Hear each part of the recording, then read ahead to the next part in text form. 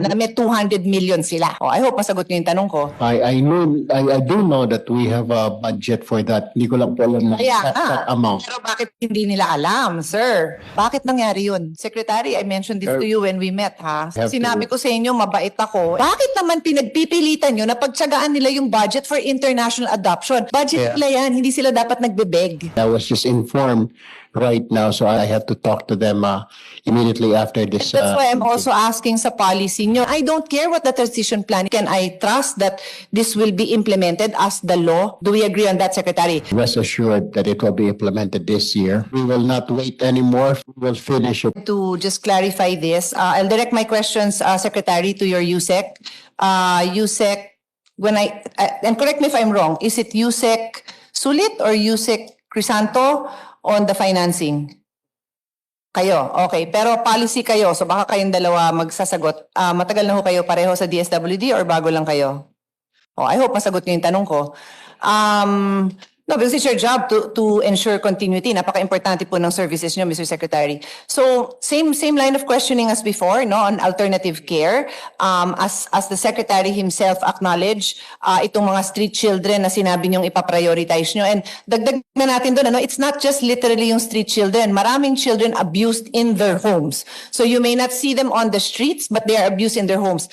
2021 UNICEF study showed that particularly because of the lockdown, there have been so many victims of sexual online abuse, amounting possibly to 2 million children. So, are their parents or guardians aware of this? Possibly, because they live in their homes, di ba? And so these are children who may have to be removed from their homes if it is a harmful environment to them. To be clear, wala akong sinasabing basta tanggalin yan. Sinasabi ko kung harmful ang environment, if their parents are not protecting them, then they may have to be given alternative homes. Do we agree on that, Secretary? The record shows naman the Secretary is nodding. Bilisan na natin kasi our chairman said limited ang time. So, correct me if I'm wrong now. Let me go now into the policy and the budget. What I saw from your presentation is there is 19.8 billion pesos in the NEP, which covers two items: AIX beneficiary and children served through the Alternative Family Care Program. So 19.8 billion yon.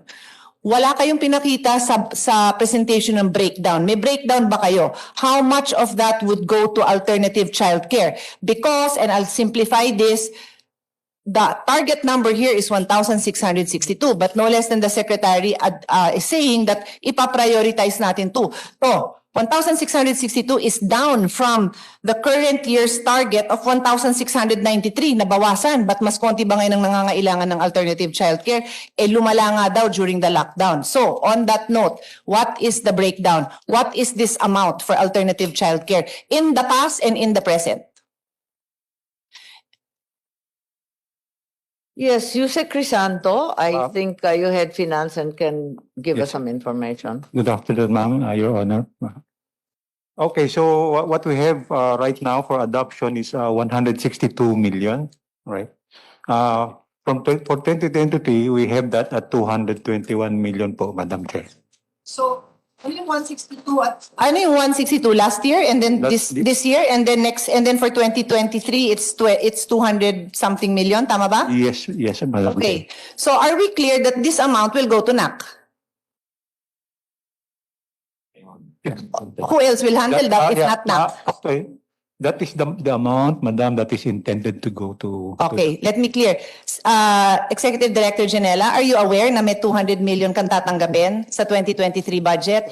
And ASEC Jam, are you working with ED Janela kasi you're also... Both of you were... Well, I was calling the attention of ED Janela, but you were motioning. So I don't mind who answers. I'm assuming that you work with NAP. I'm not aware po.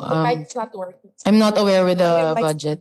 You're not aware. Did you want to say something, Asek? Yes, ma'am. Good morning. I'm Anak ka rin pala. Okay, kasi maliit na yun eh. Pero nakita ko na. Yes, good. You are not aware. No. Aware na kayo ngayon. Dahil sinabi nyo na yung 200 million sa kanila yon.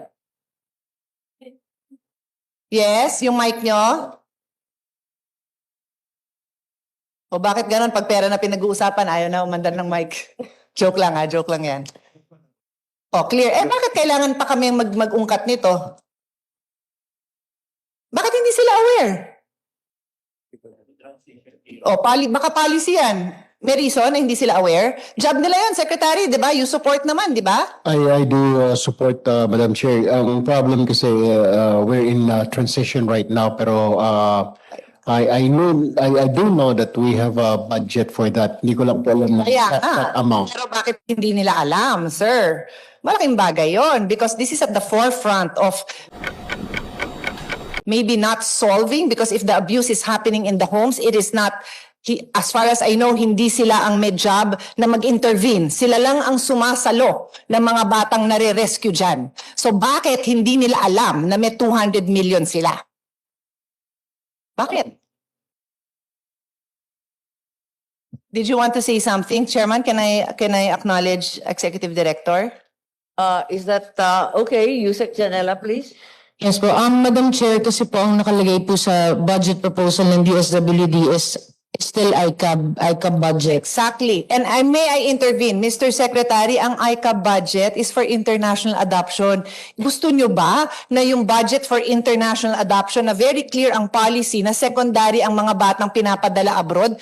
Pagpipilitan natin na magkasya ang budget na yon for all the domestic adoptions and foster care, please take note, if implemented properly, the foster care will home, so, kung possible, millions of children. Kasi nasa kultura naman ng mga Pilipino na ampunin ang mga nangangailangan nilang kamag-anak at kapitbahay. Funding lang ito to make it happen. So bakit naman pinagpipilitan nyo na pagtsagaan nila yung budget for international adoption? Paano naman yung mga bata na for domestic adoption? I know, nakita ko, yun ang nasa budget nila. Bakit nangyari yun?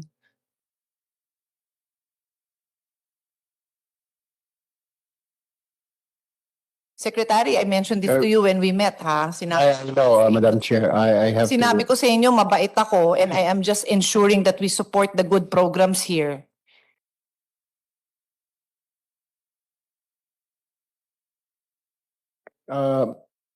Madam Chair, the explanation there is we're in transition po. Okay, and then our apologies to NACC if my transition team hasn't informed them, and I was just informed right now, so I'll have to talk to these people right now, Madam Chair. I apologize. And there's no excuse, even though they knew in their positions, even my finance undersecretary, I have to talk to them immediately after this. That's why I'm also asking sa policy nyo, Yusek Sulit, may say ka ba dito? Policy ka eh. Yes, Yusek Sulit, you're recognized. Yeah, thank you, Madam Chair, Your Honor. Let me state, Your Honor, that the DSWD supports NACC even before the You support change. in name but without a budget. Well, what we did, Your Honor, is that the budget is, the NEP is already issued when the constitution or reconstitution or the new NAP came into force. So, yari na ho yung NEP eh. So, nandun ho. Wala naman akong problema, Secretary, I acknowledge it, di ba? Kung hindi pa naman sila prepared to receive it, whether it's because wala silang back or whatever, I Yeah. don't care. You are one family. Yes, So, ma'am. nag-commit ba kayo sa kanila na ibibigay nyo yan budget? Hindi yung bibigyan nyo lang ng pakonti-konti. Budget nila yan.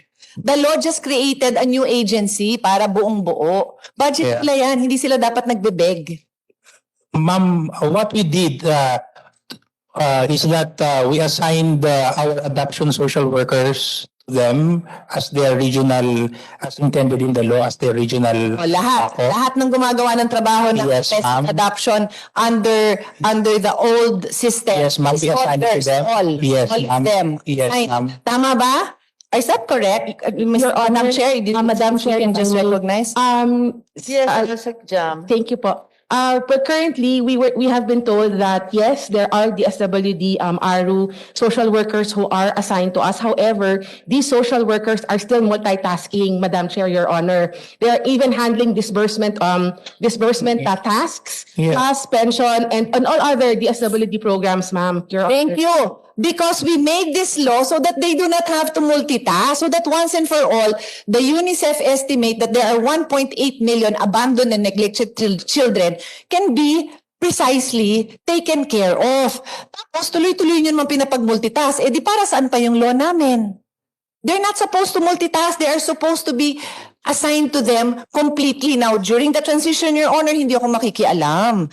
The law was there upon the request of DSWD to allow a 3-year transition period precisely so as not to disrupt the services. Is that clear? Not to disrupt the services. So kung tinitipid nyo yung binibigay nyo sa kanilang personnel at budget, eh di madidisrupt ang services. Are we clear, Yusex? So, Mr. Secretary, can I leave this? Can I leave this point? Can I trust that this will be implemented as the law envisions? Madam Chair, Your Honor, I rest assured that it will be implemented this year, including the turnover of the finances, their funds and personnel. We will not wait anymore for the 3-year period transition. So this is our second year, so we will finish it this year, Madam Chair. Your Honor. For the record, Madam Chairperson and Mr. Secretary, I am not the one who's insisting that you finish in 6 months, 1 year, 2 years, 3 years. DSWD ang nag-request ng 3-year transition. I don't care what the transition plan is. You are one family. Kasama nyo naman po yan eh. Diba? So wala dapat problema na bigay nyo yung full assistance whether there is a complete transition or not. In fact, the reason for that transition is already part of history was so that may executive director doon na tuloy-tuloy tumitingin. Tapos na yun, may bago na kayong executive director who will fulfill this task. Therefore, get it done and in the meantime, support them in all possible